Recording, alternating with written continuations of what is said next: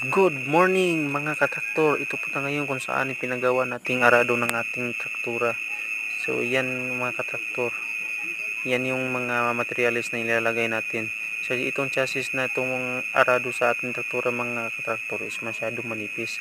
Madali lang siyang masira. So patibayin natin, lalagyan natin ng accessories na mas matibay pa. Ayan ang mga katraktor. Gauge 80 yan ilalagay natin yan sa itaas.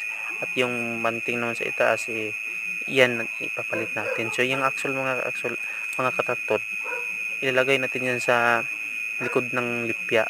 So yan muli naman mga katraktor, ilalagay natin yan sa lipya sa gilid para matibay kapag tinamaan ng bato, hindi siya madaling masira. So dito kasi sa Negros Sugarcane mga katraktor Philippines is maraming bato. Kapag hindi mo yan pinatibay, nako, siguradong tinamaan ng bato yan, sira tuloy. So mga katraktor, update ko kayo kung paano gawin. Bye bye.